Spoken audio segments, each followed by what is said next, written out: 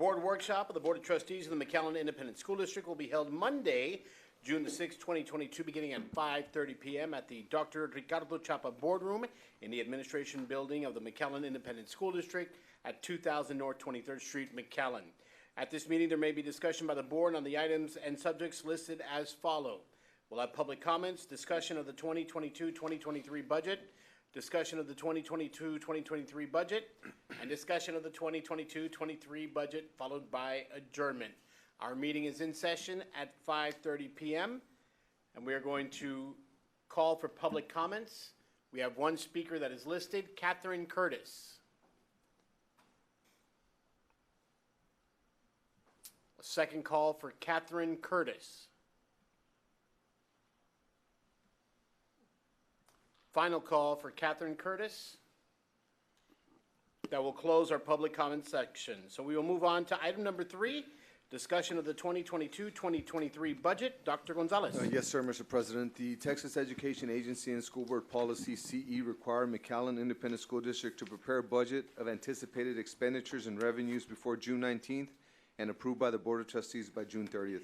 Mrs. Cindy Medrano Richards, our Assistant Superintendent for Business Operations, will present the 6th budget workshop for the 2022-2023 budget, and this item is for information purposes only. Ms. Richards. Yes, thank you, Dr. Gonzalez and trustees. Tonight we will be reviewing the 22-23 proposed annual budget book.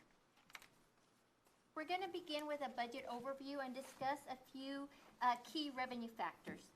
The first one being is that enrollment is expected to decrease based on prior year trends and the effect of the charter school opening grade levels within city boundaries. Additionally, as a result of the pandemic, parent choice of possible homeschool programs could negatively impact our enrollment. Secondly, we do have preliminary certified assessed values, which increased by 5.05% from 2021 to 2022. And for budgetary purposes, as we're forecasting for future years, we are using a 4% growth factor on there. We also have House Bill 3, which was passed by the 86th legislature and allows for the continued tax compression of the Tier 1 tax rate. In tax year 2022 and fiscal year 2022-23, state compression of the maintenance and operations tax rate will apply to the district's Tier 1 tax rate. The M&O tax rate has been compressed from $1.0486 to $1.00197. The interest and sinking tax rate decreased from 8.84 cents to 7.67 cents for a total tax rate decrease of 4.06 cents from $1.1370 to $1.0964. We're also seeing a decrease in interest revenue due to the market conditions resulting in low interest rates. The child nutrition program includes an increase in breakfast and lunch participation due to projecting an increase in students due to a campus instructional setting. We're also projecting a decrease in state funding due to a decrease in ADA. And there will be an increase in the school health and related services interim and prior year settle-up revenue due to, again, the increase in in-school campus instruction. And this then allows for increased claims to be submitted for reimbursement purposes. As we move on to the key expenditure factors, we want to keep in mind that all expenditures that are not essential to the direct instructional process are analyzed on a yearly basis. Expenditures will be focused on improving the district's academic performance rating. Staffing levels and positions will continuously be monitored and reviewed, and the district will strive to continue to make future staffing reductions through attrition.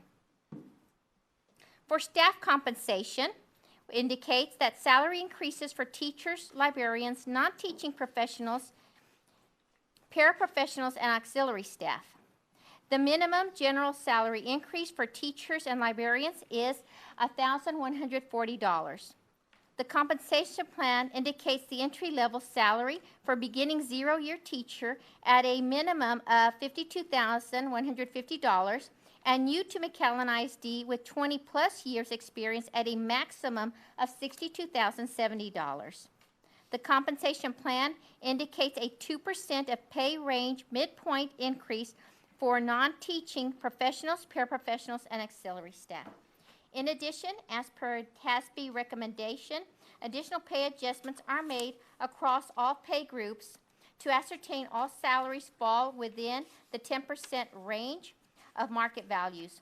Also, teacher schedule adjustments were made to improve competitiveness in specific years, and that all salaries are at least at pay range minimum. Now we're going to move on to reviewing some revenue and expenditure assumption trends. And we're going to do these by category. We're going to begin with logo program revenue, which is higher compared to last year due to an interlocal agreement with the City of McAllen for the press box at the McAllen Veterans Memorial Stadium.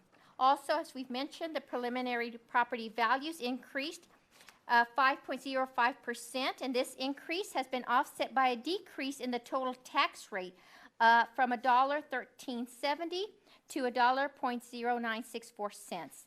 Again, the M&O tax rate will decrease from $1.0486 to $1.0197 as a result of the HB3 tax compression, and the INS tax rate will decrease from 8.84 cents to 7.67 cents for a total tax rate decrease. Is that the right slide?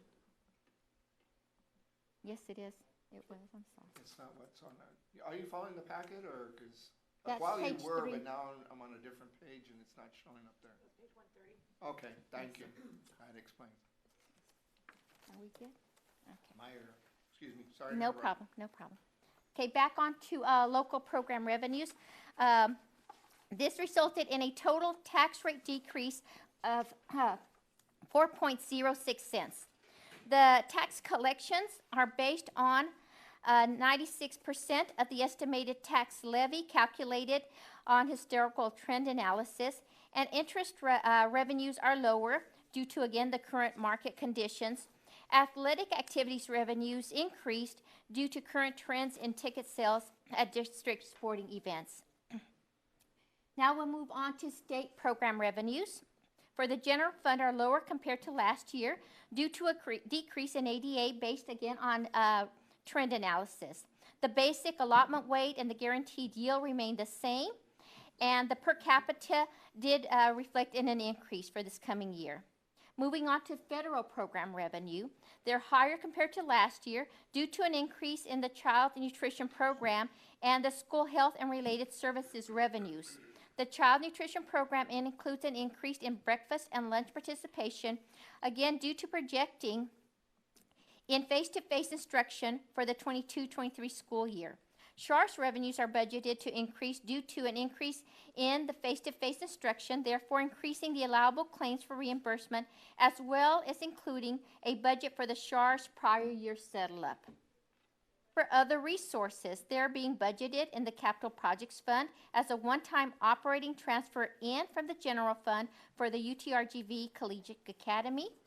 And then we do have fund balance. The Child Nutrition Program will budget a positive fund balance to ensure financial stability of the program while funding kitchen renovations to decentralize food production. And they're also going to execute equipment replacement schedules. For Fund 194, the ESSER 2 Local Fund and Capital Projects Funds, they'll be budgeted through a fund balance as one-time projects are being carried over from this year to next year.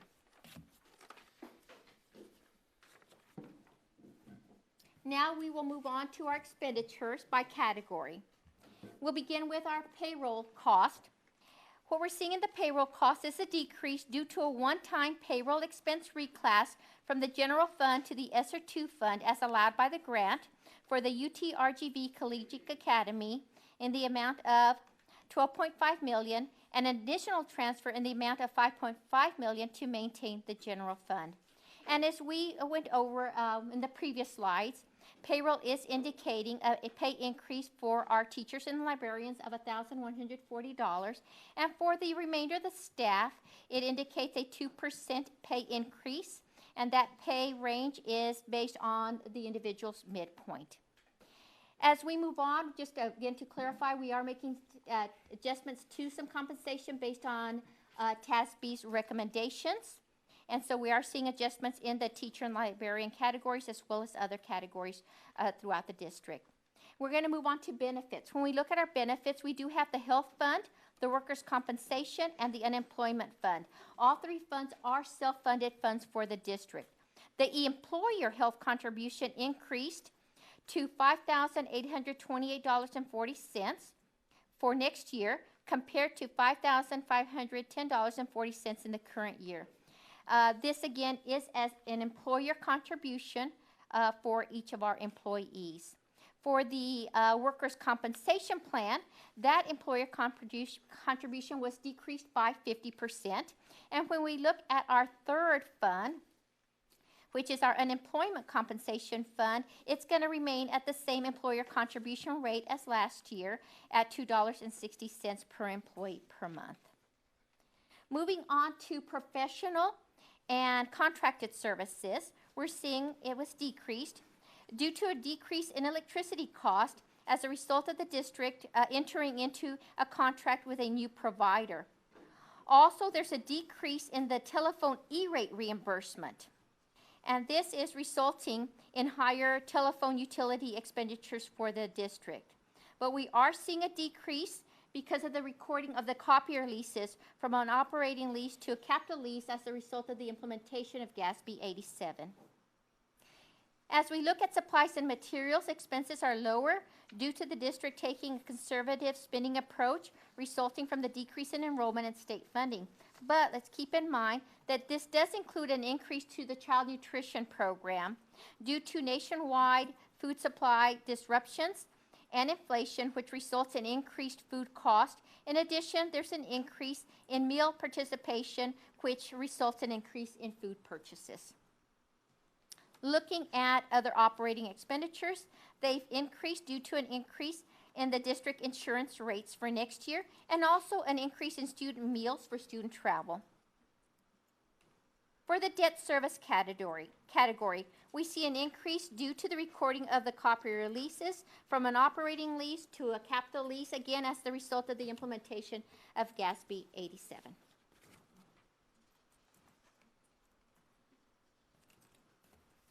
Capital projects. For 22-23, capital outlay is budgeted for in Fund 194 ESSER 2 Local as one-time carry-forward projects, and in the Capital Projects Fund primarily due to the issuance of the Maintenance Tax Note Series 2020 to address the Facilities Education Master Plan. Capital outlay projects include outstanding projects from the 2021-22 fiscal year and are expected to be completed next year in 2022-23. Outstanding projects for Fund 194 ESSER 2 Local for athletics include baseball and softball turf fields, practice fields at McAllen High School, natatorium improvements at Rowe High School, and strength and conditioning fitness equipment. For instructional services, projects include student learning at Kita Masalan and IMAS. For fine arts, projects include black boxes for the high schools. We also have HVAC replacements and kitchen upgrades throughout the district. Outstanding projects for capital projects include HVAC systems at 12 sites, roof replacements at Travis Middle School and the administrative annex. We're also seeing paving at Fossa Middle School, the transportation department, and the administration annex.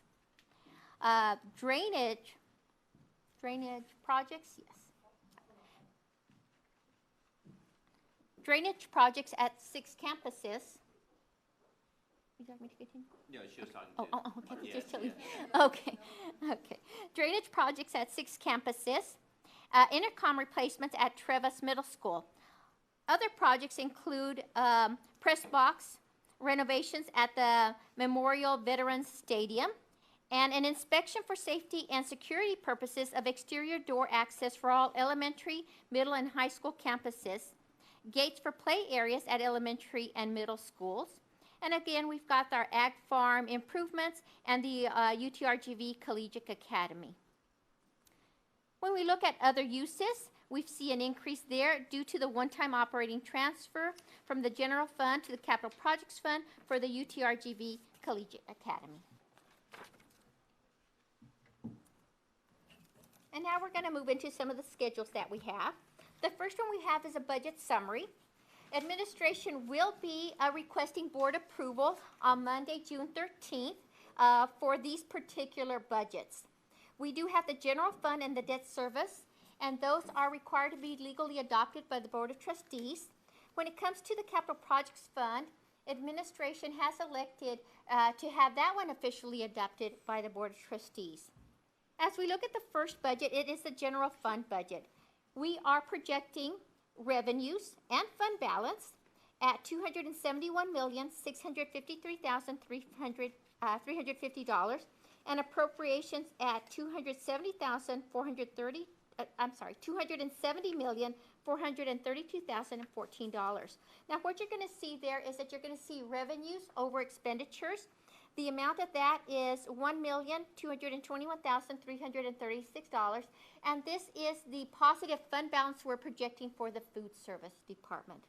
Moving on to the second column, which is the debt service fund, you're going to find that total revenues and projection and appropriations are being budgeted at $6,813,200. That will come in as a balanced budget. Looking at the third column, our capital projects funds, and we do have 4 funds in there.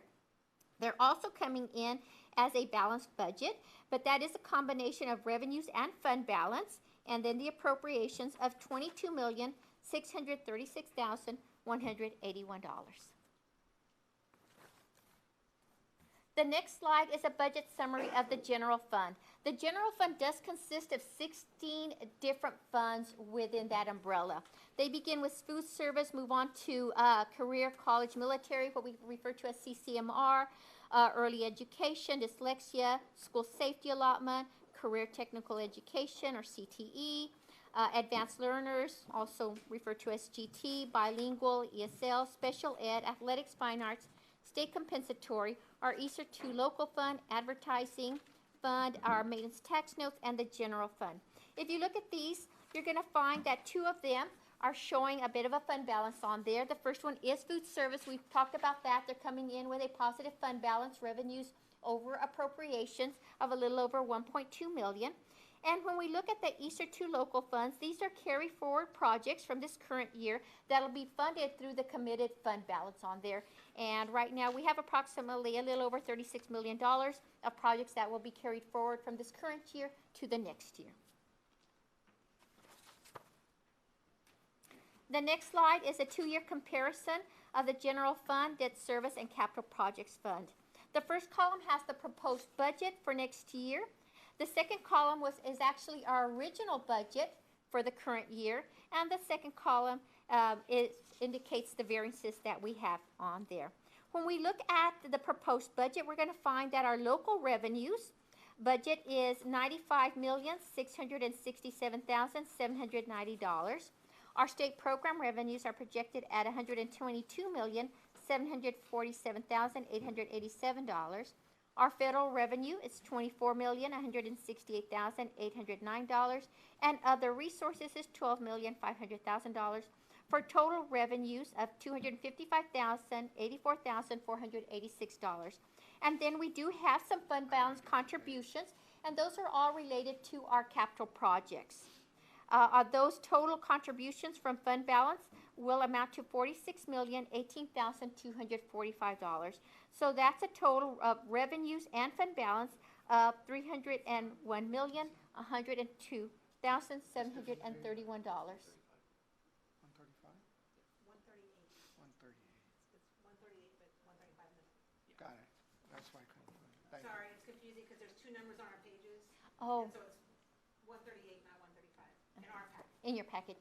The 135 refers to the actual annual budget book, which is a lot lengthier. Okay. Going down to our appropriations, we've got them listed by category. Our payroll costs are $180,423,905. Professional and contracted services are $12,220,930. Supplies and material, $20,210,736. Other operating costs of $5,968,259. Debt service is $13,078,294. Capital outlay is $55,479,271 for total expenditures of $287,381,395. Now we're going to go ahead and include our other uses of $12,500,000 for total appropriations of $299,881,395. The next slide is a 2-year budget comparison of appropriations by object code. We are including in this schedule the general fund, debt service fund, and the capital projects funds on there. For the general fund, total appropriations are $257,932,014. For debt service is $6,813,200. And then we've got our 4 capital projects funds, beginning with our maintenance tax notes 2020, a balance of $151,676,000. Our maintenance tax notes 2020 from the actual issue itself, the remaining balance on that is $8,305,202. We've got our UTRGV Collegiate Academy of $12,500,000 and some capital projects of $1,679,303. And again, we're reflecting the other uses transfers for the UTRGV Collegiate Academy of $12,500,000 for a grand total of $299,881,395. Now, one of the things that I know that the board's interested in is seeing what is our payroll cost to total appropriations on there. And what we've got reflected on there is that right now our payroll cost actually reflects 80.49%. Because we've had to factor in a few items that we've taken out of the equation. If you look at the very top, you're seeing the 69.95%, but that includes our on-behalf payments, which really are a paper entry. You're going to see the amount both in our revenues and our appropriations, and we do need to record that for compliance purposes during our audit process. But what we also adjusted it for were any of the transfers we were making to the ESSER funds to accommodate for some of the projects we have coming up this year. But once we took those items into consideration and we wanted to compare apples to apples from this year to the current year to next year, what we found is that percentage is within the 80.49% range compared to 80.13% last year. I'm sorry, Cindy, I'm seeing 81.03. Am I looking at it wrong? She's on page 141 in our That's- packet. I'm on 141 and I'm seeing 81.03. Okay, 141 or 138 or 140? 141, 138 is the same as what she's, The 138 is in the actual budget book. It's not the page that is listed on here. All right, but I'm on page 141, which is our comparable. And I'm seeing in the column of total, percentage of total, 6,100 payroll costs. And I'm seeing a percentage of total 81.03. Yes, that was last year's. Last year. Yes, that's going to be your third column. That's last year's 81.03. But if you look further down that column, you're going to see the 80.13% I was referring to, because that percentage, what the 81.03 is the gross amount, but the 80.13 has already factored out the paper entry for the on behalf, TRS on behalf entries that we're required to budget for on there. Okay. So I we've understand. readjusted it so that it doesn't over or under inflate it inappropriately. Yeah. Thank you. Okay. I can see it now. It's not in the columns, it's further down. It's an asterisk. Yes, sir. It says payroll cost percentage is a total less. And then that's Yes, what it less is. the non-monetary on behalf, again, because that's more of the paper entry. And we did the adjustments for the Fund 194 fund balance amount on there. Thank you for helping me out. So then when you go 2 columns before that, you're going to see the 80.49% that I was referring to for next year. Gotcha. Okay. Any questions on that one? Okay. Moving on to the next slide. The other budget that the trustees are required to adopt is the debt service fund. And again, when it comes to the capital projects fund, we've determined to request that the board approve that one at the administrative level. So when it comes to the debt service fund, it's a governmental fund that accounts for expenditures for the retirement of bonded debt and interest on bonded debt. For capital projects, they're used to account for and report financial resources that are restricted, committed, or assigned for expenditures for capital outlays, including the acquisition or construction of capital facilities and other capital assets. In fiscal year 2019-20, the district issued a maintenance tax note in connection with environmental cleanup, maintenance, repairs, rehabilitation, replacement of heating, air conditioning, roofing, electric, or other facility needs of existing school properties. In addition, other sources as identified by the Board of Trustees have been assigned for special capital projects. Moving on to these two areas, what you're seeing in the schedule is you're seeing in the first column debt service, and then in the following columns you're going to see the capital projects funds we have, and we do have 4 of those under the capital projects umbrella. So these are actually 5 funds that are listed here, and in this first particular slide is just going to concentrate on the revenues for each one of these funds. So when we look at debt service, what you're going to find is that we've got current taxes of $6,558,470. We've got, those are current taxes. Delinquent taxes are projected at $171,730. We've got penalties and interest of $80,000, interest income of about $2,000, other miscellaneous revenues of $1,000. So those add up to a total revenue budget of $6,813,200. When we look at Fund 619 and 620, these are both being funded through the fund balance, since those revenues for those projects were recorded in previous years. So right now those two are strictly being funded through the fund balance that they've maintained on there. Moving on to Fund 697, the UTRGV Collegiate Academy, you're going to see that operating transfer in coming into that fund for $12,500,000. And the last one is the MISD capital projects. You're seeing $1 million in that particular revenue, and that is due to the commitment that we've received from the city of McAllen, and that will be for the press box renovations on there. So that's the revenues to these particular funds. On the next slide, we're going to look at the appropriations related to those. Again, when you look at debt service, you're going to find that our debt service and obligations, again, are $6,813,200.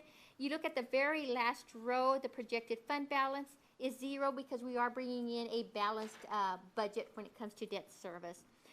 When we're looking at this Fund 619 MISD maintenance tax note, what we're saying is that the projects we've had left over, or the projects that we plan to fund next year, are going to amount to $151,676. The revenue stream from that, in essence, is the fund balance that's still sitting there in cash waiting to be spent once we've identified the projects that'll be used for. The third column is Fund 620, Maintenance Tax Note 2020. Again, this is a situation where the revenues have already been accounted for in previous years. This particular fund is being funded through fund balance on there. And the remaining projects for this was our actual note issuance, but the remaining balance for those projects are $8,305,202. Then we've got the UTRGV Collegiate Academy. Again, a lot of that entire budget is in capital outlay for $12,500,000. Looking at the very last row, you're going to find that it's going to come in balance because we're recognizing that revenue next year with the associated appropriation for that project. The last item we have is the MISD capital projects. What we've got in terms of carry forward funding and carry forward projects from this year to next year is $1,679,303 with a projected fund balance of $679,303 on that. So that goes. That's our complete review regarding debt service and capital projects. And we did also review these at the prior budget workshop that we had also on there. All right, any questions for Ms. Richards? Well, we still have some Oh, more. okay. Sorry about that. You stopped, so you took a breath, so that meant it was time for us to jump in. Just a few more, Okay. Okay, this next slide is really for informational purposes only. It is a breakdown of what we have in our special revenue funds and what we have in our proprietary funds. These do not require board approval. When it comes to the special revenue funds, that approval comes from the granting agency. What you're seeing here as special revenue funds is that we actually have 20 grants listed on there. The total amount of funding for those particular grants is $84,560,235. We also have 2 proprietary funds, Project Safe and Secure and the pre-K tuition-based fund that we have, and their funding totals $411,458, and that's for a total budget of $84,971,693. So the next slide we have is just a little information regarding the enterprise fund and the internal service fund.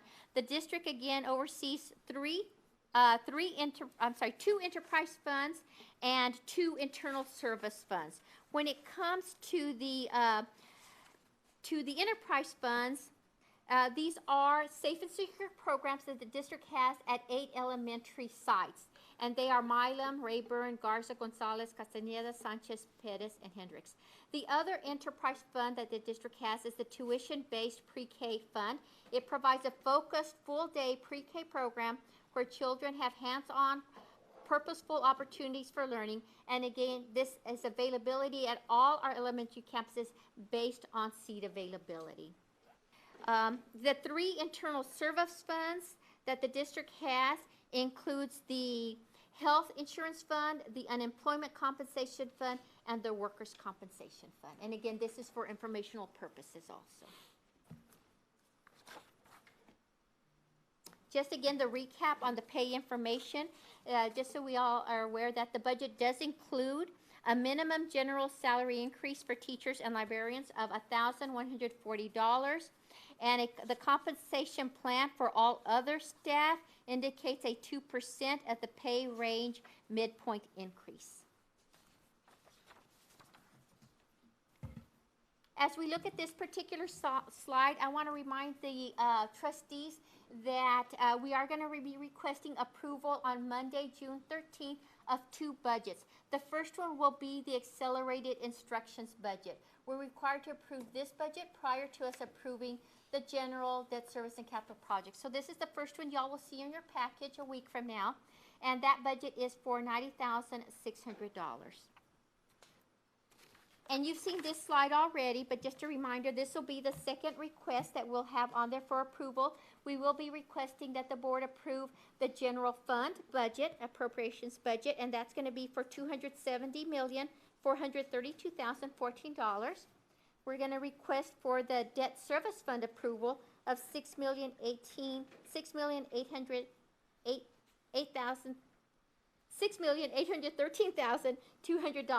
and the capital projects funds budget of $22,636,181. And that does conclude my presentation. All right, now we'll open the floor up to questions for Mrs. Richards. Mr. President, if I may. Trustee Saldívar. Thank you, sir.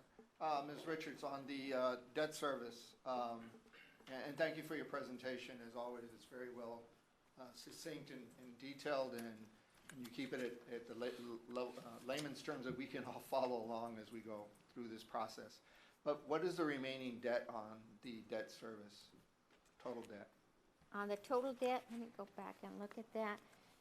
For debt service, we have a little over $52 million in total debt. That includes principal and interest for next year. Of course, the first debt payment will be in August, and that'll draw it down a little bit more. But at the end of this year, June 30th, 22, a little over $52 million. 52 million. For bonded debt. Gotcha. Yes, sir. And that's from the 2005, 2003.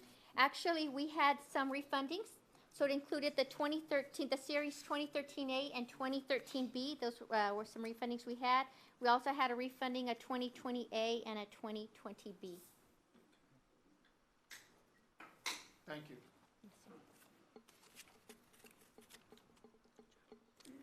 Still looking.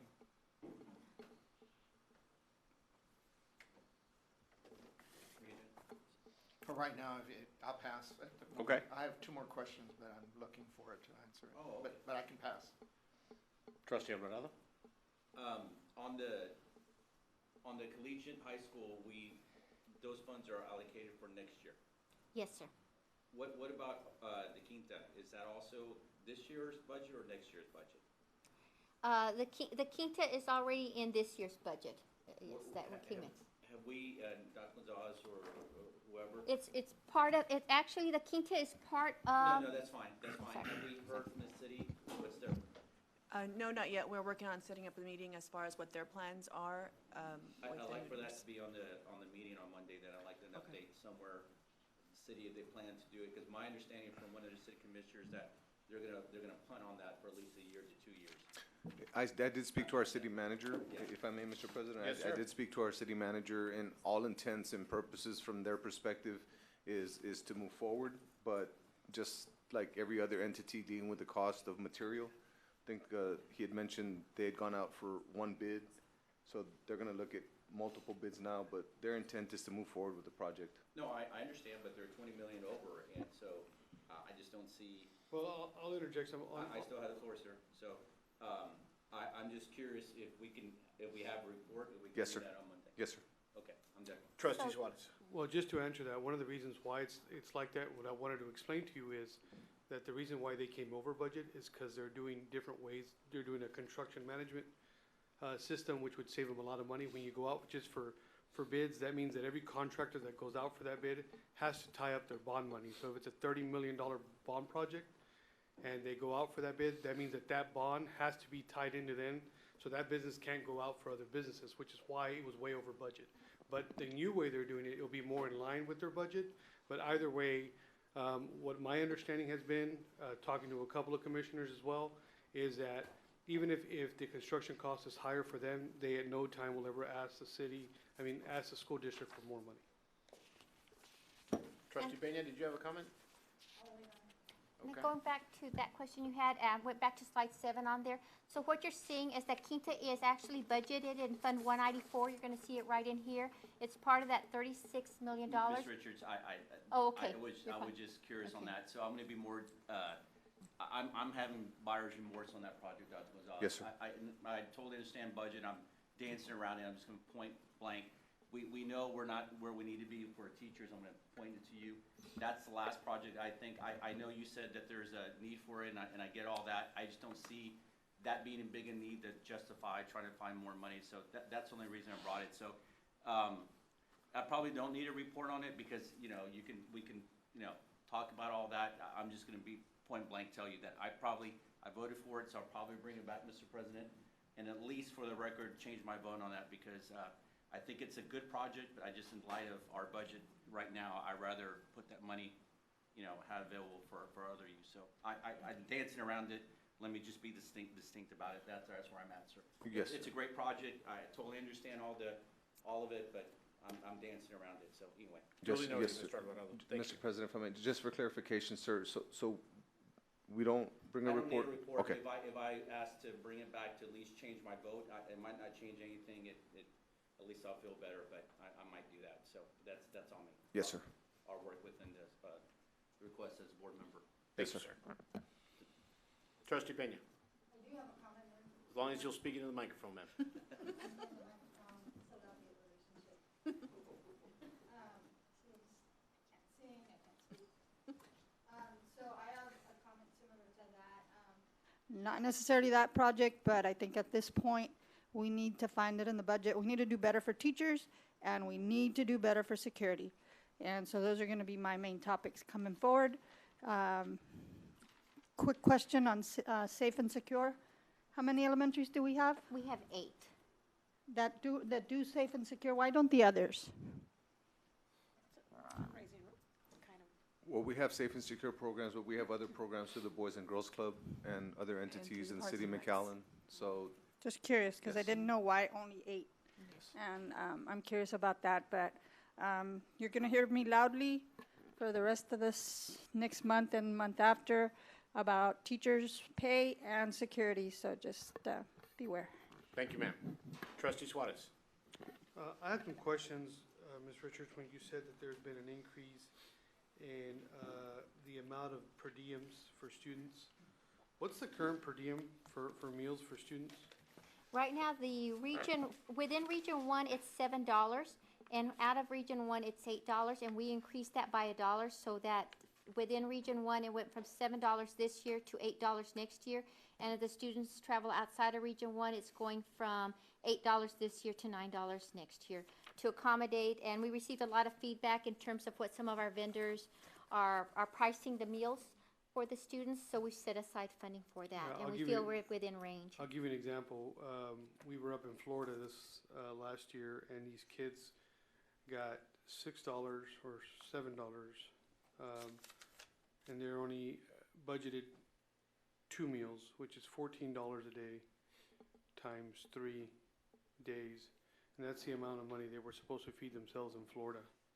And if it wasn't for parents that went up there, some of these kids wouldn't have had enough money. And I'm not just talking about my kids. I know these kids, I heard the story of these kids that went to a chess tournament and they were having to buy bologna sandwiches to feed these kids. And you know, we need to do something better, like especially, you know, these kids are representing our school district. And these are the kids that we tell people when we win these competitions to come to McAllen ISD because we provide this. I think if we were to tell people we feed them a bologna sandwich, it wouldn't give them a reason to come to McAllen ISD. And I'm not exaggerating. It's just these are some of the things that we hear. And if that means that we need to help fundraise, and then we'll do what we have to do. But I think within our budget, we can find ways to accommodate to these kids, especially that are competing at the state and national level. So I think you can find it within. We have a very smart team that can find a budget for that. And we went up the dollar because that's what we're seeing the trend recently. But it's certainly something that can be monitored throughout the year and adjusted if it needs to happen throughout the year, because it is an administrative. So what's the process? Should the sponsor at that time say, look, we're traveling to Washington, or we're traveling to, should they request more money? Or are they going to be told, They would have to no, request. sorry, it's they not would- in the budget? They would have, right now what we're going in with is $8 and $9. That's what we're going in with. And typically right now we're saying is if it's anything higher than that, do you have, you know, are there any activity fund monies that are able to supplement it?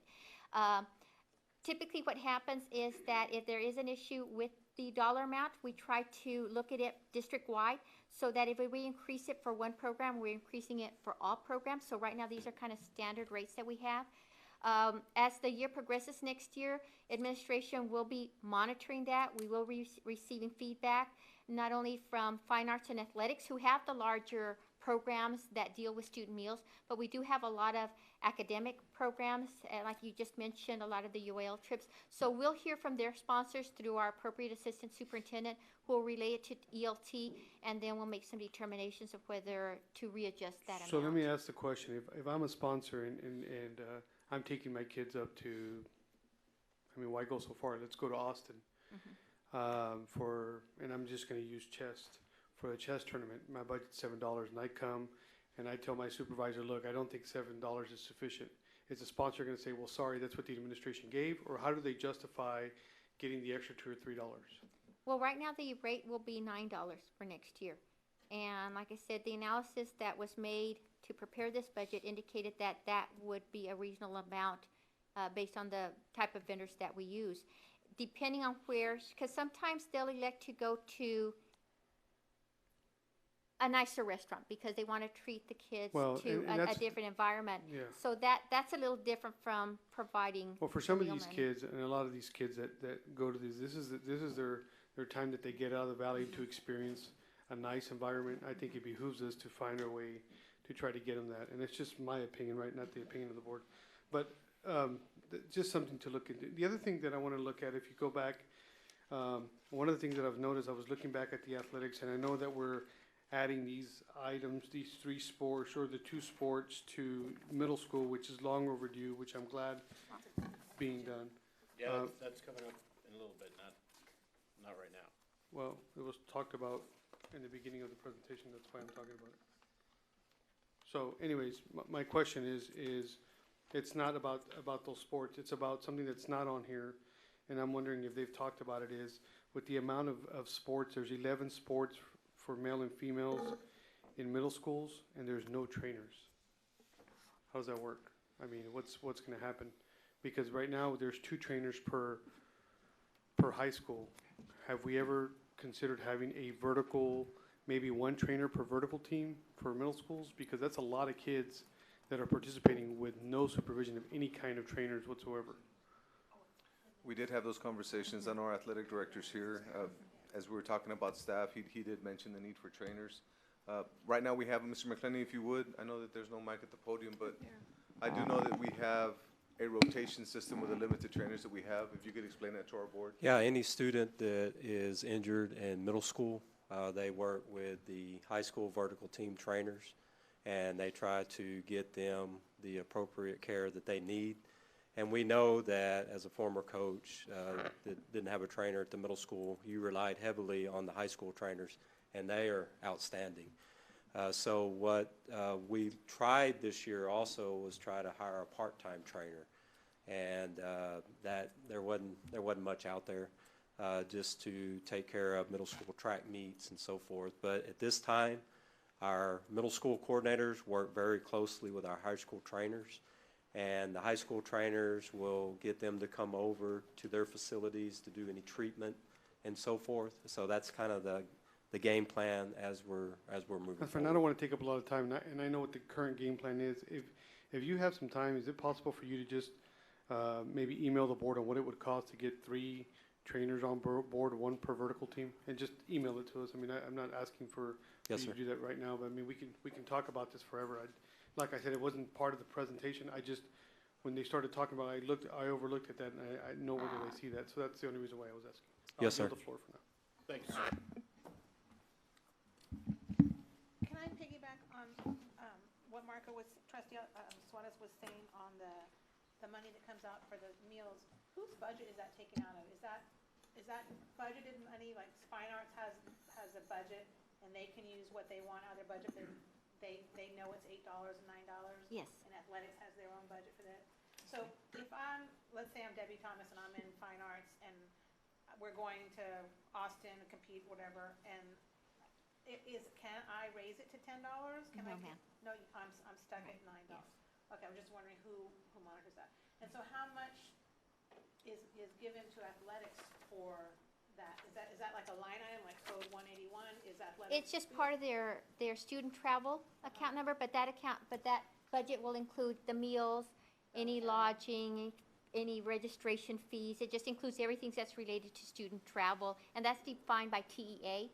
So they give us the line item, put it in, and all of that is just embedded in there. So what we did this year, and it was part of one of our workshops, is that we did increase those 2 particular budgets so that they could accommodate for the increase in that dollar for their students. So TEA sets the hotel amount as well? No, they don't set the hotel amount. What they do is they set the line item that we recorded to. That's why it's all together. Meals, transportation, registration fees, all that is combined into one.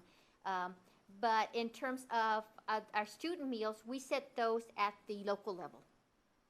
At the local level. So if I'm in athletics and I have a light and dark team, freshman, junior, JV, varsity, what's my budget versus Fine Arts that has just varsity? Is it divided by kid or? It is divided by students that participating Okay, so students. that's Yes, ma'am. Yes, okay. ma'am. So that we can align them with the proper budget. Okay. Yes. So just to piggyback, so the Fine Arts, sorry, Tony, I just want to make sure this is correct. The Fine Arts bill, budget, and $8 is the same as athletic, $8. It's just Well, whatever different the based amount on is. participants. but whatever Which the students? amount is. You multiply that by however many By how many students. participants. Right. Trustee Saldiva. First of all, I do concur with Trustee Suarez and Trustee Eliseda. We really need to look at that. And we also, I'm sure there are guidelines in play for the sponsors and the like that are traveling, what restaurants are available at those rates, so that they can make those decisions. And if they're going to go to something more nice, for lack of a better word, maybe that could be put into their plan early on in the year for fundraising, so that could be somehow accommodated. But I do think it's a little bit short, but I know we're at the 11th hour here for this budget, but I think going into the next year's budget, it's something to really think about how we approach that. Having said that, getting to the real question, looking at staffing, from what I'm seeing, I'm looking at our page 35. It looks like we're looking at teachers for the 22-23 to be 1,459. Is that correct? Yes, sir. Yes. And that's what, 32 less than the previous year? Is that what that column's showing? Changes from the current to the previous year? Yes, sir. Okay. I'm also seeing substitute teachers. It's showing none proposed for 22-23, and that's a drop of 6. Is there a reason for that? Is that on his presentation? Did you want us to move on to? No, I don't want you to move on to anything. If okay. I jumped ahead, I can wait my turn. I'm just on page 35, and I thought that's.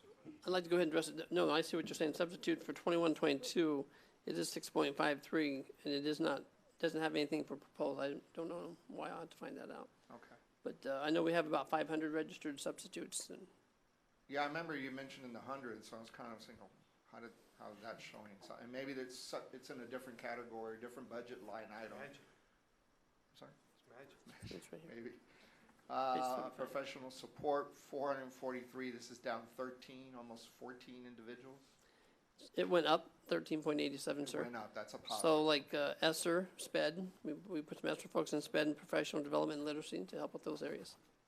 So we're basically looking at a staff, to get down to the point of the matter, of 3,321 individuals, which is down just about 20 individuals from the prior year. Proposed, yes, sir. That's what's proposed in this budget. Okay.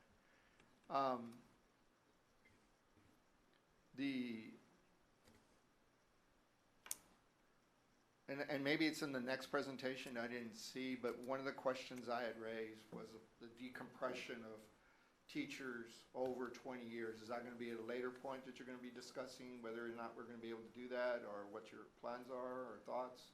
No. Or am I ahead of the curve? Sorry, it's not in the next presentation. I covered that in the recent board update last Friday. I did see Some that. information on I have that, a copy yes. of it here, And that decompression was budgeted. It is part of this budget.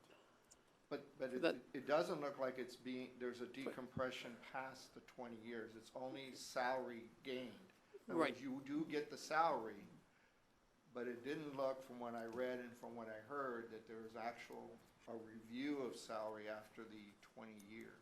After 20, right, they just get the GPI or the general pay increase.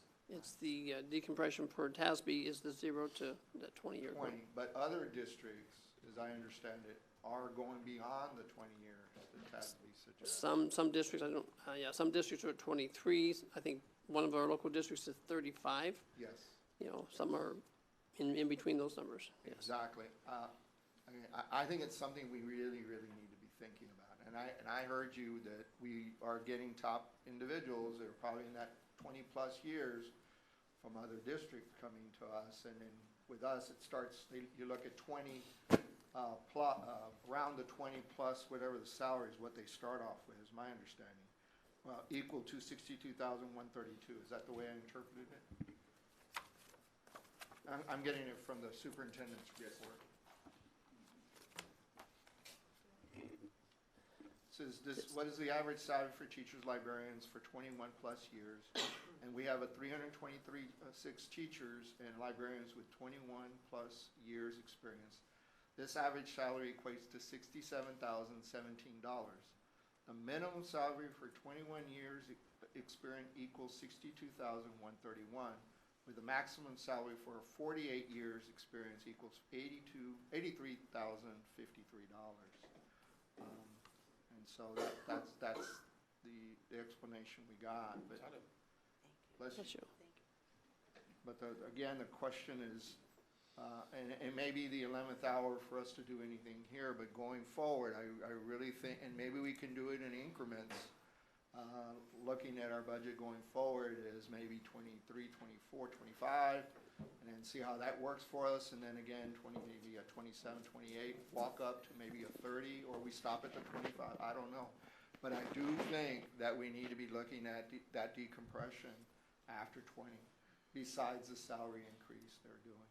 I think we have to be a little bit more innovative in how we approach that to take care of our staff in that upper range to make sure that we still really are being competitive. You know, we are a premier district, and you heard a couple of us mention that we really need to be focusing on this. We've done a fantastic job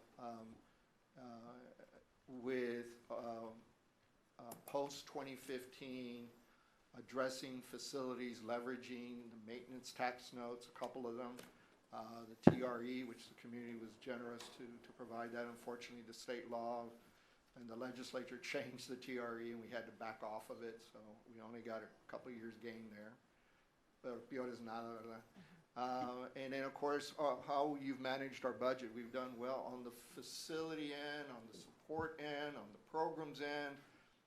We really, I think, over the next few years, really got to put that type of ingenuity, innovation, thought process of compensation for our staff. And that may mean beg, borrow, and steal what other districts are doing.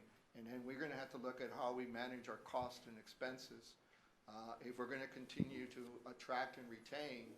Because pre-pandemic, all studies were, and you know this better than I do, Dr. Gonzalez, because you're an educator, but this was going to be a problem for the for districts. That there are a lot of folks. In fact, my understanding is only 30% of the teachers today actually go through an education to be a teacher. As much as 70% of the teaching workforce is an alternative certification. Who would have thought that, you know? Nothing wrong with that or anything, but that just shows you that you're not getting that type of draw. And I know we're doing the collegiate, and we're going to, there's a pipeline then, and it's a great plan that you put together, you and your staff, and TRGV and others, for students to go through that collegiate high school, and have if they do well, is direct pipeline of teachers amongst three other degrees. But getting off the soapbox, it just, we have to be looking at that much more purposely. And I'm not saying we haven't, because we've been absorbing the insurance for the last, 7, 8 years for the most part, from staff. The district's been paying what should have been an increase. I get that. And so I'm not pointing fingers, pointing blame. I'm just saying I think perspective we need to. But that also means we as a board need to be looking at the fact of what are these costs that we are bearing on some of our properties. And we got 2 for sale. We really got to get these 2 off our books. And one of them, the fact that they have an issue regarding what was a designation that was not authorized by this board, and I'll say it over and over again, it wasn't, then something may need to be really done about that so that we can sell that property. There are other things, but that's the gist of it. That I was hoping to see a little bit more than what we have, but I understand we're at the 11th hour, but I think going into the next year or two, especially once Esser's gone, unless the legislature really does something significant, like the resolution we put together the other Friday, this board did, something that long dealing with average daily membership, which I'm noticing you're starting to put that in our documents. It's going to be troubling. Yes, sir. Thank you, Trustee Saldívar. Trustee Peña. Nice and loud. I'm going to put the microphone right here. So, first of all, nothing against sports. President Forina will tell you that I am the biggest sports fan in the room. Well, That's not true. you're It's an true. avid sports fan. Avid. I don't root for the Yankees ever, but We can't all be perfect. but I love sports. And I love sports, and I think it's a great outlet for kids and a good opportunity for kids. But after what happened in Uvalde, and it's not the first, and I've done a little bit of digging, we need to, and Sam, Trustee Saldívar, I've been against selling some of those properties. And if it means selling those properties to bring in an extra bit of money, I'd like to see that money go to safety. After what happened, we are lucky that we're in McAllen, and we have McAllen PD to support us and all the other agencies. But our police department, and we're lucky to have a PD with, TCOL certified officers. We need to start looking at that, and that we cannot allow, or we cannot sit here and say, well, you need to go after grants. You need to look for grants to get new vehicles, to get your vehicles serviced, to get weapons, to get training, to get shields, whatever it is that we need. Grants don't come that fast, and sometimes they don't come at all. Nothing against sports, but we're adding more sports, more coaches, more stipends for sports. Please, if we do one thing as a board, let's make sure our kids are safe, our teachers are safe, and our parents can rest assured knowing that their kids are safe. So if we do nothing else, and I'm an advocate for paying teachers more, I've said it 1,000 times, we could never pay them enough for what they do. Please, let's work on safety and making sure that our kids are safe.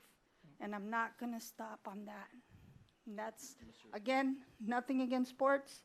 Love it, I think it's necessary, but gosh, it still stings, and it's gonna sting for a long time.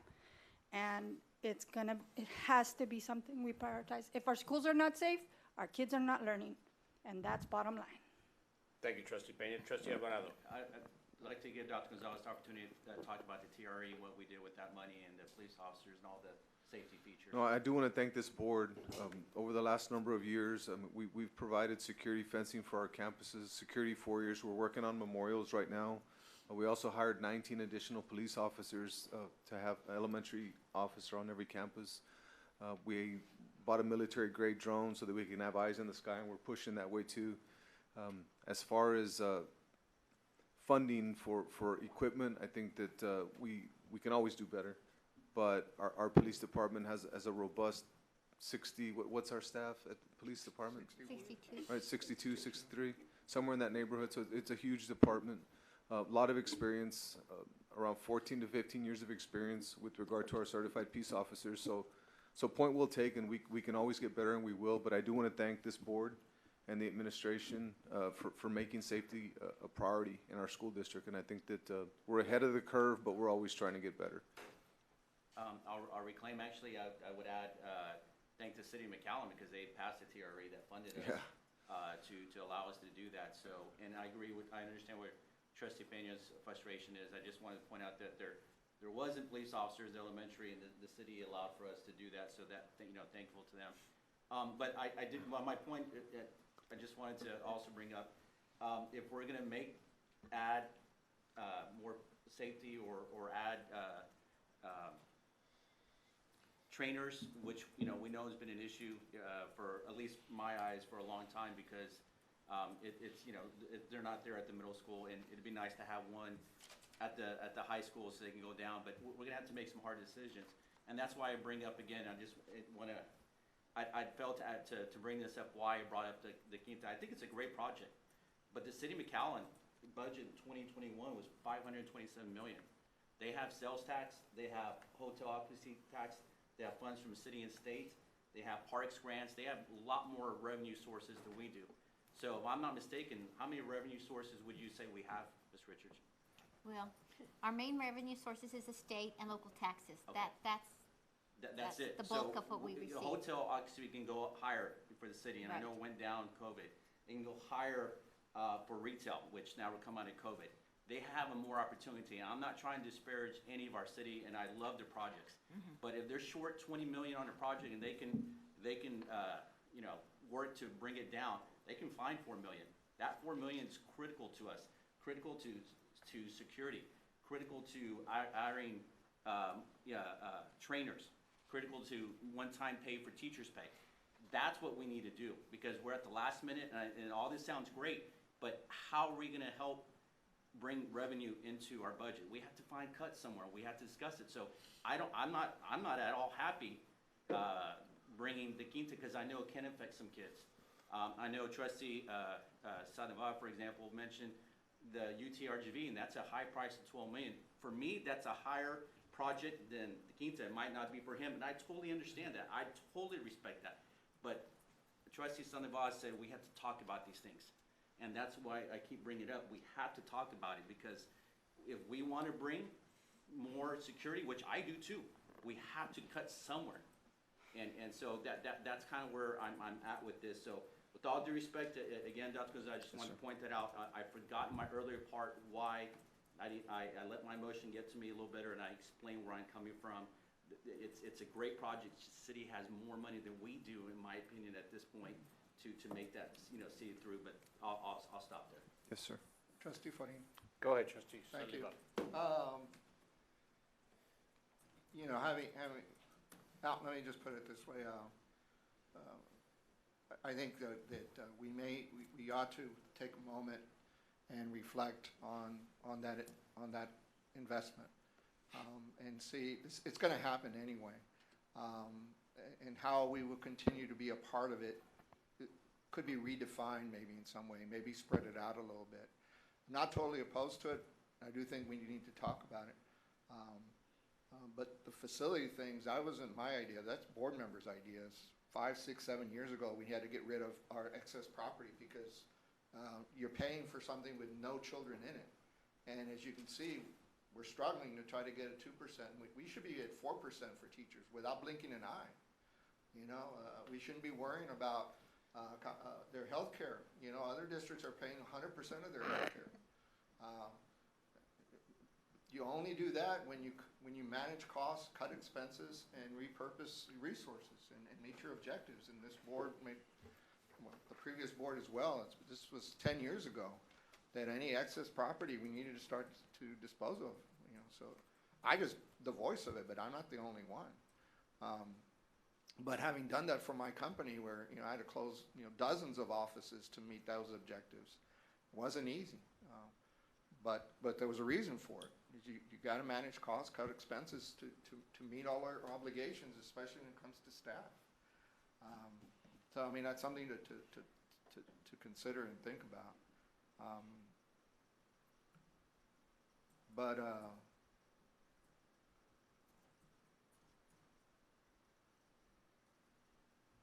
The safety and security, I think it's important for the community to know.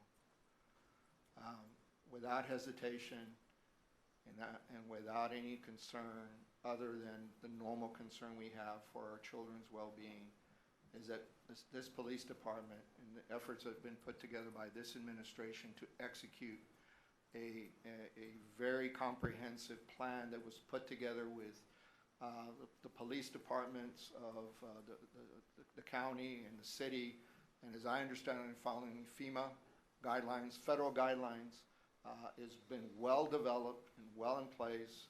And I had an opportunity to review that with the previous chief. And as Dr. Gonzalez mentioned, there's always room for improvement. But this isn't what happened. We have the vests, we have the equipment, we have the dogs and we have the drones and they're all in sync with the City of McAllen Police Department, the Sheriff's Department, DPS, and others as part of a cohesive response unit. In fact, through your efforts, Dr. Gonzalez, the dispatchers sit together. The McAllen ISD dispatcher and the City of McAllen dispatcher are in the same space. So any coordination or response that's necessary of what's happening on a campus is quickly communicated to what's going on with the resources that the city has to bear. And so there are concerns and there are things we have to address. And so I did ask the superintendent and the trustee to put this on the agenda for us, the board, to talk about. And I think it's scheduled for Monday, if I'm not mistaken, trustee? Correct, sir. Yes, sir. And so we will have an opportunity to have those discussions in closed session, as we should. And the other is that, I've heard folks mention about that this is a civilian body where none of us are law enforcement, except we are mandated by the state of Texas to oversee the district and to hire a superintendent, which we have. And then he has hired the chief and hired with the chief and others on his staff, the police officers, and making sure that the best that are available on our force. And we have over 62 individuals. That's the largest police force in the Rio Grande Valley. Many municipalities don't even have close to that number. And so, there is some things we need to continue to discuss. There are things that are happening in the moment, but just want to take a few minutes to voice my thoughts too, that we need to put our community at ease, that we're aware, that we are prepared, and we will respond accordingly, should something occur. Thank you, Trustee Saldivar. Trustee Suarez. I just want to clarify something, and because I agree with something that Trustee Saldivar said, and that is that our teachers should be at 4%, and we should pay, there's other surrounding districts that do pay for their health care. The big difference is that we don't have the same funding mechanisms.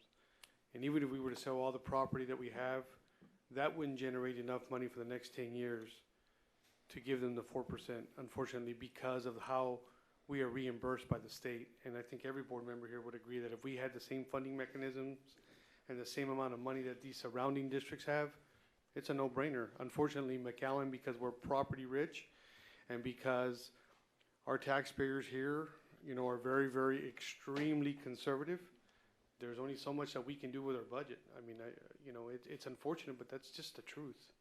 And I agree with safety. I agree with everything that's being said, but I will tell you that every day I drop off my kid at school, and he told me this on his way to school, the second to the last day of school, we were listening to the coach from Golden State, message that he was giving, and when that message was over, right as we turned into Garza, Marco said, Dad, that wouldn't happen here. Our police officer, he's always walking around. He's always looking at the video when he's in his office. So that gave me a sense of security that at least my kid feels safe at school, and I think that's important. But we can never be underprepared. We could always be overprepared for that incident. But I just wanted, from a parent standpoint, I can tell you that I feel very safe that when I drop off my kids at school. So. Thank you, Trustee Suarez.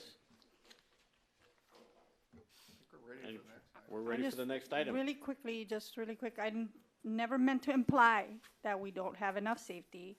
I know that we have enough and more than enough officers, and yeah, some small cities don't even have, but maybe 3, 4, 5, 6 officers. I know that. I know we have the best.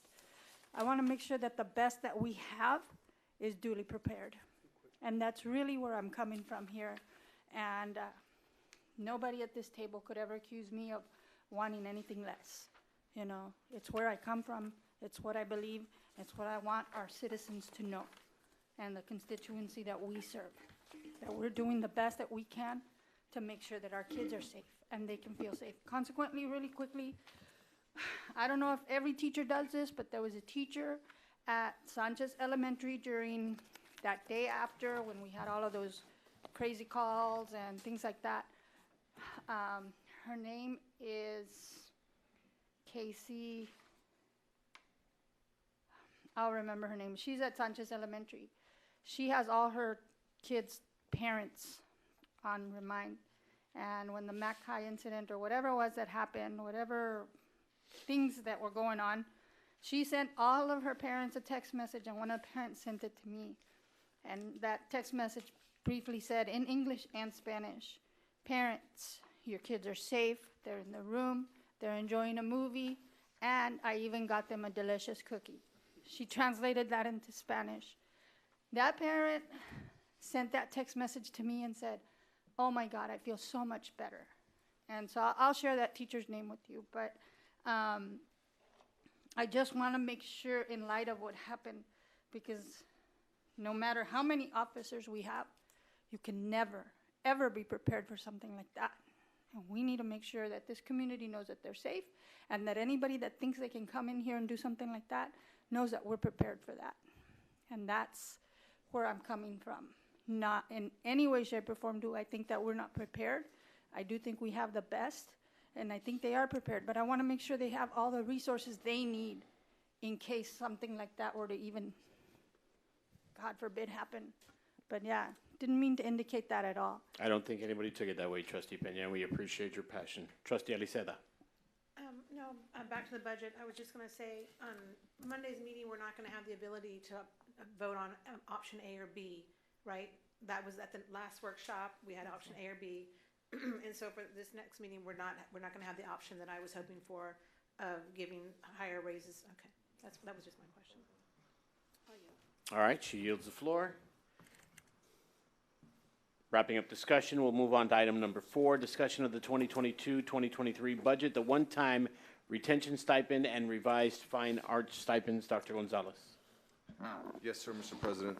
The district's ability to offer competitive stipends is critical to ensure we're able to continue to attract and retain highly qualified staff. And Mr. Todd Miller, our Assistant Superintendent for HR, will share more information. And this item is for information purposes only. Mr. Miller. Thank you, Dr. Gonzalez. And tonight I will cover one-time retention stipend, and secondly will be revised fine arts stipend. So starting off with one-time retention stipend. Administration is considering a one-time retention stipend in the amount of $300 for all employees who are employed by the district on a full-time basis as of September 15, 2022, and remain employed as of December 1st, 2022. Eligible full-time employees are defined as persons employed by the district for at least 27.5 hours per week, to include bus drivers and bus aides. This one-time stipend will be paid during December 2022 and is contingent upon the availability of funds and consideration of the district's revenues and fund balances at the time plans for such payment are presented. Additional payments made to staff are a part of the compensation structure and are conducted with the intent to retain employees by keeping compensation levels competitive with the local market. Cost for this one-time retention stipend: general funds estimated at $1,025,000 from assigned fund balance and/or operating budget, and special revenue funds estimated at $35,000 from operating budget as applicable. Is there any question on one-time retention stipend before I move on to fine arts? What's the total cost, Ms. Richards?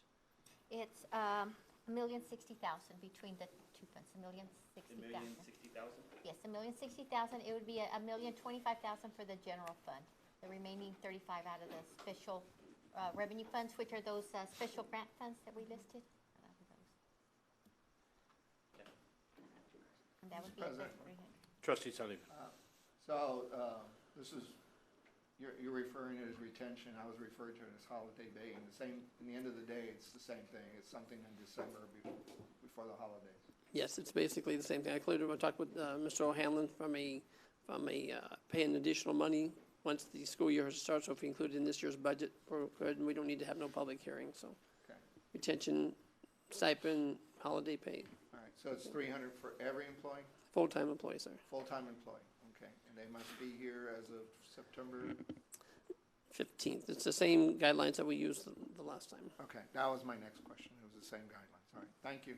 You're welcome. Appreciate you, the administration, considering and including it. Trustee Eliseda. I have a problem with the date again, like I did last time. I think that we're trying to retain you, we're trying to get you to sign your contract for next year. So if you sign your contract in May or June of this year for next year, you should qualify. But if you come after school started in August, I just don't get giving you the retention stipend. I think that the date should be June 15th. If you've signed your contract by June 15th for the following year, then you get your one-time retention. But I don't think that hiring somebody, to answer phones at the front office September 14th, you get $300 versus a teacher who just signed her contract to work a 20th year here in the district, she gets the same $300. I just don't see that. I'd like to see that same amount, but the date of June 15th. I don't know what the rest of the board feels like, but I would feel more comfortable with that. Well, Mr. President. Trustee. I mean, I agree with your point. If you use the term that's being used there, and it is allowed under the statute to use the term holiday pay, provided it is included in the budget when it's approved at the beginning of the year, which we're doing. And in previous years, we did refer to it as holiday pay. I think that was the intent. It wasn't intent to retain anyone. I'm not so sure 300 is going to do much of that. But I'm not going to get into semantics, but, Trustee Eliseda does bring up a point that if you're using it as a retention stipend, it's not in the right place. Dr. Gonzalez. Yeah, I do apologize for the wording. The intent is not for retention. To Trustee Saliva's point, $300 is going to be hard to retain. take the 300 divided by 12, you know, The whole point, I'm sorry, Dr. no, no, The whole point was, you know, we have concerns about, you know, what's happening in the economy and the like, and that at least this was a way of showing the appreciation to the community, to the board, to the staff, because of winning the HEB Excellence in Education Award, which we got an amount from that, is to share that with others. We knew that was going to be very nominal. And so for the administration to find additional monies, which obviously did, because it's $1 million versus $100,000 from HEB, but all in the mix, it's a small token of appreciation that during the holidays, staff would know they have something coming their way to help them a little bit, if getting them through that period, and make sure there's food on the table and some gifts that they can possibly get. It's not a whole lot, I understand, but just so you know, we're thinking of you and we all cared, and that's why we were wanting this holiday pay. Thank you, trustee. I do want a question. Trustee Alvarado. I'm not understanding the 1 million says, and I apologize, I'm not the smartest person. So it says signed fund balance and operating budget. So that's already in the budget, right? So it's not come out of fund balance or? It's gonna come out of fund balance. Obviously, if we had the extra million, we probably would have utilized it to have a better pay compensation for our staff. We didn't, but we feel that we will have it in assigned fund balance, so at year end, we'll assign it, and we'll come back to the board as we move it out from assigned and bring it in as a budgeted line item to pay in December for the close to $1 million. What's your projected optimum fund balance? I couldn't find it. The projected fund balance. Optimum fund balance, unassigned, Yes, unassigned. Well, last year we had excess unassigned of about 3 million on there, and my excess, that was my excess, if that's what you're. Unassigned, usually the state says you have to have 2 months of operation. Yes, we definitely have that. In fact, let me bring that one back up. I do have it here. the pie charts in? Yes, I have it. That's what I'm pulling up right now. Yes, it's just loading. It's loading. And we have enough, so Here we go. let me, my Here we point go. is, we used 8 million from a settlement that was not projected. And this board didn't have a say in that, so it went into your balance, your budget for this year. Am I correct? Yes, sir, it did. Okay, so if we didn't have that money, we would have had to taken it from that particular budget, right? What was that? We're bringing, I was gonna show it to you on the screen. Dr. Gonzalez, go ahead. There we go. Yes, Here we go. to your point, we would have had to take it from that fund or cut back on projects, Right. That's black boxes, fields. absolutely. Things of and that sort. came from Esther, and that's where I'm Right. getting at, where we have to make some tough decisions. Without that 8 million, which I personally was hoping it'd go into retention, or I know it's not recurring, but something more than 300, because 300, by the time you add it to their pay for that month, and you take out taxes, it's roughly about maybe 225, 250 that they actually get. Right. So teachers or staff, it's not the 300 that they're expecting. So anyway, And in essence, that's what we did. I could bring it up if I needed to, the PowerPoint from the last workshop we had. We talked about bringing in that 8 million to balance out the budget for this Correct. year. And at that point, we're showing a little over a $2 million excess fund balance or net profit for the year. And that's why we felt very comfortable with using $1 million of that for this So the 8 one-time million fifty. wasn't out. How many, forget the 8 million. You would, that whole 8 million would have to gone into last year to balance the budget, right? Right, yes, sir. And that's what we did. How much do we have in Alderman then coming into next year? Are you Right, thinking? right now what we've got, last year we ended our unassigned fund balance at 56 million, which Okay. is normally what we look at. This year, we think that we'll be at least adding another 2 million because of, not only was it because of the settlement, it was also in addition to the operational minutes adjustment that Yeah, no TA problem. I'm just worried about the allowed us.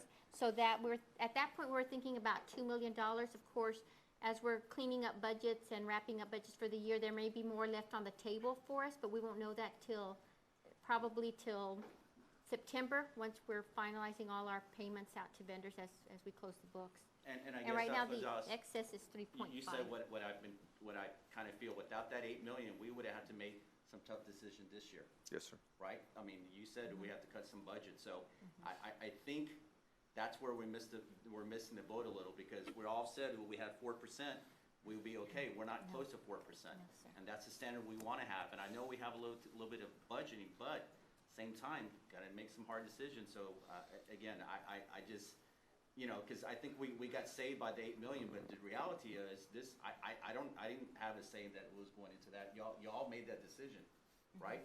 And y'all put it in there, which is fine. So I kind of feel that's why I keep bringing it up. I'd like to have a say to a certain extent where the 8 million is going, you know. And we actually utilized the 5.5 million that we were able to defer from this year to next year to balance out this year's budget. Yeah, okay. Yes. All right, no problem. So those are two critical things to keep in mind as we move I forward. appreciate the 300, I do. It's just, Yes. it's not much to. Yes. Yeah, you know, just to be clear, there's a whole lot of moving parts.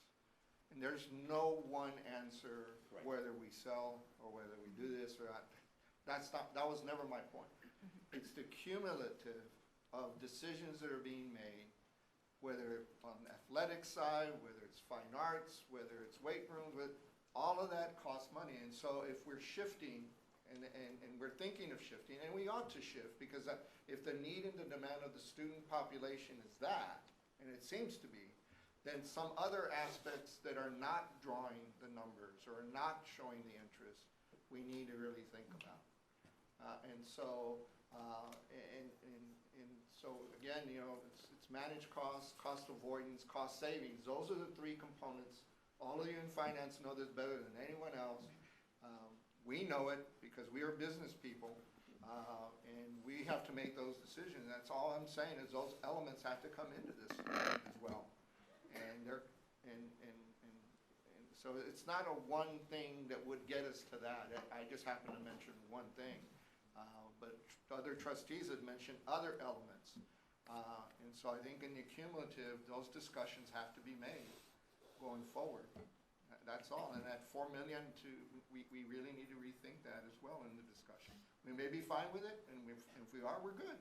But if there are other thoughts about what we need to do, then it's something we need to consider. Thank you, Trustee Saliva. Any other comments? I do want to commend the board, because I know the one thing that truly would make the difference is funding based on the enrollment, the membership, and not the average daily attendance. And this board has already taken the step in that direction and making the proclamation. So if you look at real change over time, that's what it's going to take. The funding mechanism has to change. And this board's already taken a strong stand on that. Wednesday, I'll be up in Austin talking to our commissioner about that. So McAllen ISD is doing what we can, but it's going to take a big push across the state. And if and when we get to that point, then that would be the one thing that would make a difference over time, where we can compensate staff and know that we can do it over time. Can you send us a copy of that? Or whoever? I'll get you the resolution this afternoon. Thank you, sir. Yes, sir. In fact, earlier, Trustee Farina and I were having a conversation. It's already been submitted to TASB. And so now they'll go through the process through the TASB Legislative Action Committee, which Trustee Peña is a part. And the subcommittee will then review all these resolutions coming from throughout the state and start prioritizing. There may be others that have the same, and they may change our language because it may be broader. And ultimately, if it makes it through the delegate assembly, of which Trustee Peña is one of 7 from Region 1, there are 150 in the delegate assembly, and they will vote in September. And that will become, hopefully, once that's approved at TASB, we bring it back to our board. And if it's on there, then we approve the entire advocacy of TASB to then work with our legislators to, like you said, Dr. Gonzalez, that's where the real change is going to have to be, is moving from an average daily attendance to average daily membership. Yes, sir. Because for us, it'd be around 6 million. For other districts, it's 3 or 4, but it's a whole lot better than where we are today. Yes, sir.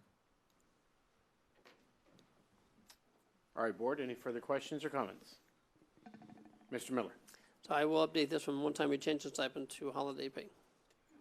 And that'll be coming on Monday's board meeting. I'd like to switch to revised fine arts stipend. So before the meeting, I handed out a complete package of all the stipends, but the only one we made updates to is the fine arts, and I appreciate the board feedback at the last meeting, because it was true. Once we took a deeper look at this, so I'll just read this. Administration recommending the fine arts stipend previously presented to the board be revised as follows. Add 15 extra days for both high school head theater arts director and high school assistant theater arts director to more closely align with the other fine arts directors and assistant directors. So if you look at those other fine arts directors, they've all got extra days, double-digit extra days, and just head theater arts director and assistant theater arts director is 0. So this will make them 15 is what we're proposing. That's fair and consistent. And the second one, it's really cosmetic. It's relocated the piano accompanist stipend to the notes area at the bottom, as the receipt of the stipend is dependent upon assisting with high school musical. So it's not something that's assigned to their task or their job, excuse me. It's if they assist with the high school musical, then they get that stipend. So it really belongs at the bottom. And again, I appreciate the board's input at the last meeting on stipends. Any questions on fine arts stipends? Or? Trustee Eliseda. So I think budget decisions should be based on data. And I know I came at y'all last meeting with emotions about fine arts and theater arts and why we should have another assistant, excuse me, director at Mac High and at Rowe. Because let me remind everybody that at Rowe we have a head director and 2 assistants. At Mac High we have a head director and 1 assistant, and at Memorial we have a head director and 1 assistant. And that stayed the same from last budget workshop to this budget workshop. But the data shows that at Mac High alone, there are 100 students enrolled in theater arts, but they will be dropped because there's not enough teachers. With every teacher, you're now afforded 100, 150 students because you can teach that many classes. So the reason that the row numbers are 150 more, the reason they have 400 students is because they have 3 teachers. The reason Mac High and Memorial only have 300 students enrolled is because they only have 2 teachers. So there is a need at Mac High and a need at Memorial for the 3rd teacher because you already have enrolled 300, you have 100 students enrolled that are going to be dropped because there's not enough teachers at Mac High for theater arts. So I want this board to agree with me to push administration to raise the number of assistant athletic directors from 4 to 6 to add the 1 at Mac High and the 1 at Memorial. You And I meant think- fine arts, I'm sorry. I'm sorry, fine arts, yeah. Because the data shows that there are students enrolled in it, and the students are now going to have to withdraw from it. I mean, there's a need for that. So I really hope that I can persuade everybody else to persuade administration to add. And if you add that assistant theater arts director, it now frees up the head director to now go down, like you want trainers at middle schools. It now frees that head director to go down to the middle schools and their vertical teams and work with them because now they have an assistant, so they don't have to stay on campus and teach all those courses. But then you can add the courses, so you can add those 100 students per Mac High and per Memorial. And I think the need is there, the data is there, and I think we need to fund it. I think the funding, it would be, at the highest, it would be, 150,000, 120,000. I think that the data shows that the need is there. Trustee Suarez. You ready for this? You sitting down? I agree with you. Whatever happens at one school should happen on all 3 schools. That's a no-brainer. I was unaware that there was 3 at Rowe. And I don't know if it was accidental or why that happened, but I don't understand why anybody on this board would say, oh, no, that school should have 2 or that person should have 3. I was I was one of the ones fighting for Memorial to have, the same resources for the mariachi program. There's no reason why Mac High should be the only one. There's no, we saw it at I think it was the 25-year anniversary ceremony that we saw Memorial's mariachi. And I was like, holy cow, these kids are great, In fact, I even tried to recruit one to go play for my wife's mariachi, but she's leaving to the Navy. But anyways, point being said, what happens at one school should happen at all schools. Yeah, I concur that if we're gonna, you're gonna find that starting at this starting point, you're gonna see, and I was a thespian that was pulled out my junior year. Lack of talent, Tim. Lack of talent, Tim. Huh? Lack of talent. No, I'm just joking. I'm messing with you. Maybe I was. I don't know. But I didn't ask for it. I got pulled. A teacher approached me. He was trying to build this program, and they needed somebody to play a certain part. And he thought I looked like that part, so I was, and it wasn't Don Quixote or anything like that. But anyway, so the point is, I think once you have the resources there, you're going to see even more and more interest. And what we saw at the Palms Award and what we've seen these children as they perform, even at the middle school, it's gonna transfer over into the academics without any doubt. And I think, Dr. Gonzalez, you've said that time and time again, these extracurricular, and you've been a real good proponent of capturing those students that have not been interested. Well, maybe getting them into the fine arts would be an interest, and that resource would already be there. And anyway, enough said. I support it. Mr. President. Trustee Alvarado. No, I totally concur with that, but here's the caveat. Roe did have 3. They have 2 now. So they was cut, the persons left, assistants, and they never filled them again. And the reason they had 3 the years is because they had Razzmatazz. And Razzmatazz was a full-time, they would put on shows in the spring, and that was a whole different, no other school had that. So if we're gonna add, I totally understand, but Roe has 2 this year. They don't have 3. Am I right, Dr. Gonzalez? Well, on the books, they have, I mean, budgeted for, there's 4, and that includes 2 at Row. I don't know if it's filled, but it's budgeted for. It's not filled So, this past year. what I'm- He only had 1 because I Yeah. went to one of the choir events. But nevertheless, I think the argument, though, that I would say, instead of just giving memorial, we need to feel the need of the numbers are there. I totally agree with you. If road numbers are not as high, then don't fill it. Don't, because we went with Mackay with assistant mariachis, they had 2 for 2 years because the demand was so high.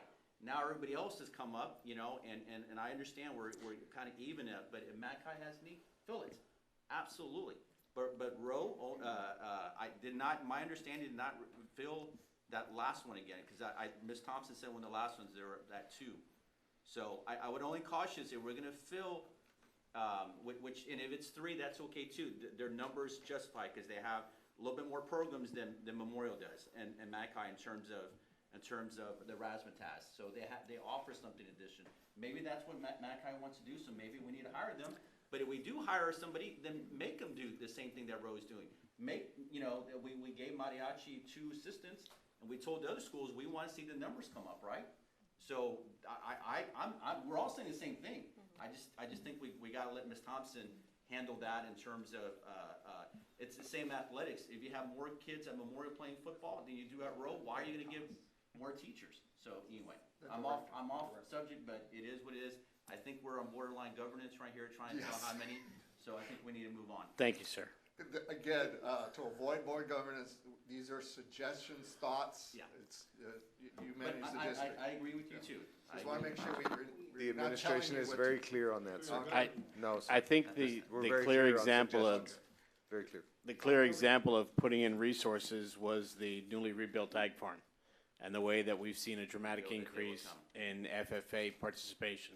So I think that's something that administration does recognize, and I'm sure that they're going to get to work on that and go from there. Mr. Miller? Yeah, if I may, Debbie's not able to be here today. She's under the weather, but the last meeting that she was present, she talked about the other high schools had more programs to offer, so they was having trouble getting so many kids in the theater, but I'll be happy to sit down with Debbie and look at the numbers and to see if we can. And you'll be make that work. surprised and shocked, but I was wrong. Roe just had 3. Husband, wife, Mr. But- and Mrs. Lerma. Lerma, and then Hugo. Right. I was thinking choir. But So we'll, they're- we'll they're- validate the Right. numbers. Well, Yes. but like what Trustee Suarez said, if one school has 2 assistants, then the other school should have 2 assistants. What- And that's all I'm saying is, if there's, That sounds. yes, I agree with you. That's all I'm saying is, I think that we should be fair to all schools, because like Trustee Felina said, if you build it, they'll come. And if we have the teachers, then you have the classes, and the students will enroll in those classes. But if you don't have the teachers, you can't offer the classes, and the students can't enroll in their classes. So I think that what we're all saying is, we need to increase that number from 4 to 6 to make it equivalent at all schools. It's our recommendation to the Right, Recommendation. right. And my recommendation was choir, which is not the same in fine arts, that's what Theater was arts. 3. So the choir at Roe at one point had 3, and the other schools didn't. To your point, though. We're in the I weeds. understand, but I We're in the explain weeds. what she said, Thank though. you, sir. It's okay. Okay. Yeah, we're on theater arts. Yes, we understand, sir. But I just want to point one out, because it points to what she said, though. We had 3 choir at Roe, we have 2 at the other schools. If we want to be fair and consistent, we got to look at everything. Right. But if you're going to add at the other schools, then what I'm saying is, then make them do the same things. Trustee Suarez said one time, one debate team has, 50 members, and the other ones have very few. you have to get the same stipend. At some point, we gotta look at the numbers. You know, we penalize, different sports when they, one school, when they have tons of kids, and we have to add everyone to be fair. I don't, it's not being fair, it's addressing the demand on a tight budget, that's my point. If the demand is there at McAllen, then do it, but don't add it at Rowe if they don't need it at Memorial. I mean, let's. It's like the boxes, if they need one box to look over the fence, 2 boxes to look over the fence, or 3 boxes, what do they need to? I mean, at some point, we Equity, not had to equality. get to that point, The Dr. equity, Gonzalez. the equity. Equity. We had to get to that point because we had such a tight budget and we're talking about all the needs. That's where I'm saying is we have to have these tough conversations, not just, just be fair to everybody. I understand that, but it's gotta be based on numbers. Commissioner Alvarado, you have great listening skills.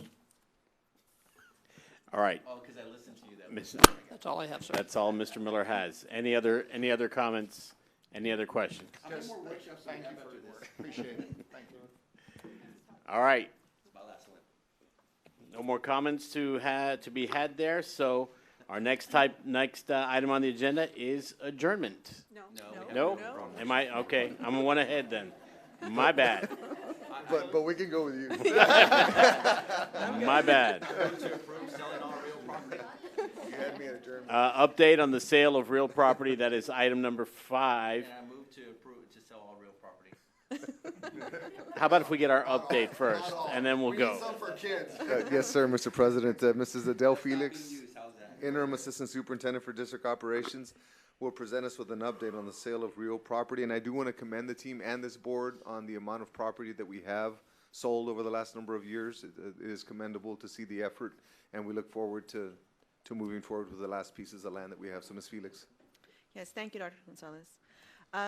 We were asked to give an update on our property sales, and the district took a very active role beginning in 2019.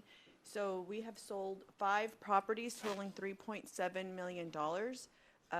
Currently, we have 2 properties pending, the ING, the Historic Roosevelt. It is currently, the appraisal is from November 2021, appraised at $585,000. It's currently not out for bid. We are working with the city regarding its historical designation, and right now we're considering a reappraisal on that property. I did talk to the city and confirm that we're trying to see if the north side of the building was the only one deemed historical. That is not the case. The land has been deemed historical, so it's the entire property. So we're discussing our options as, do we go and appeal to 2 committees, or do we reappraise the property with the construction costs associated with not being able to basically demolish it. So that's where we're in limbo a little bit. And the second property we have is the Bonham Elementary School, appraised at $1.4 million, and it's currently out for bid. It closes in July 17th. We have had a couple of visitors at that property, but it'll close in July, and we can provide an update, or we'll extend it depending if we get any offers at that point.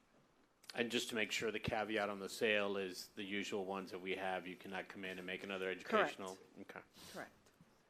All right, any other questions? Trustee Saldivar. Yes, we worked, the school district has worked very well with the city of McAllen on CDBG projects. We just need to make sure that there's no CDBG equipment on that. Yes, that is correct. And Yes. so if there is, I think we're allowed to move it to another location. Yes, the Bonham equipment is a CDBG project, so we own it, we would have to move it. And they're aware if that is the And case. we're allowed to sell it as with that. We budget? will have to get those we'd have to agree with the city, but we'd have to get their approval to sell it or use it at another facility. Exactly, that was my understanding. So you're still working on that. Yes. Thank you. Trustee Alvarado. It's my understanding in regards to Bonham that there might be some other agency, government. Correct. So does that mean that they're going to submit a bid, or is that something different? No, that would be part of the process, and so they also need to get their approval through their grant, because they're working through a grant. And if that timing doesn't come in, or if we don't get another offer, then we'll have to extend it to make sure that the timing aligns. Okay. So right now, it's just entertaining different. Because we haven't had anything in signature form, How long has that been at? We've bid? extended it twice, I believe. I'll get back with the dates, but we have extended it twice. Is there a point, and legal's not here, but I'm curious, is there a point we get an update on that in closed session? Just because I don't know all the details on the government, it was just happened to be somewhere and someone said, oh, we're working with y'all on the property, and I had to look like, I don't know what you're talking about. So I think at some point, it might behoove us just to get an update, because, you know, if it's something we're not on board with, or if you're working with them, that's fine, but that would fall under legal, It could fall on legal, although it doesn't seem to be, and it cannot be for property because we're not buying it. that's right, so. So we're not allowed to just go let into the closed process play session out. to talk about real estate unless we're buying it. Yeah. So it could be simply a conversation with the superintendent, or he can Yeah. include it in his report. Take them to lunch. I, instead of hiring a school attorney, why don't we just hire Steve? All right. I had a question regarding that. Sam, you think about that? We'll let Oh. trustees, I'm sorry. No, No, I already had the floor before, so it's only fair, trustee Suarez. I can come back. Well, I was just gonna make a point, and we're looking at all this property we've sold, and we look at it at $3.7 million, and to a lot of us, we think that's a ton of money. That's 3 Christmas bonuses at $300 each. That's Yeah. horrible. That's the world we live in when you think of school finance, and so I think that's what's frustrating to all of us, that, Yes. you know, 2%, 4%, I mean, we've sold all this land, and that's all we would be able to, if we were to get all that money, that's all we would be able to tell our employees, we can give you $300 for the next 3 years. That's, Well, the flip side is the cost of all that. well, yeah, So I know, we but got it that still in the wouldn't cost. justify much No, more, you're which, right. which is why I'm saying that the world we live in and how our finances in McAllen differs from Yes. surrounding districts. It's just so different, and, I mean, just, that's the first thing I thought of when I looked at that. I was like, 3.7, I was like, dude, that's nothing. But, I mean, but, if it was in my bank account, it would do really well. yeah. But in this bank account, Yeah. it's nothing. Well, and not, don't get me wrong, thank you for finding that money, you know, $300, and of course, after Uncle Sam takes what he takes, it's a lot less. Ito, I would fight with your president and let him know not to take any of your money, and maybe you'll be a happier man. But that's just the world we live in. I mean, all of our personal paychecks, I mean, they take our money away. Man, you said a lot there, wow. Well, it is what it is. all right. Trustee Alicea? No comments? I Trustee just have a Saldivar? point. Back to that- trustee President, by Sal- the way, any president. back to trustee Saldivar. I'm sorry. If this is a governmental entity, as you know, we can direct sale from our government to another government. So why are we going the bidding route if it's another government? No, well, they have not made a determination. They're Okay. working with their granting agency to see if it's an approved project under their terms. Gotcha.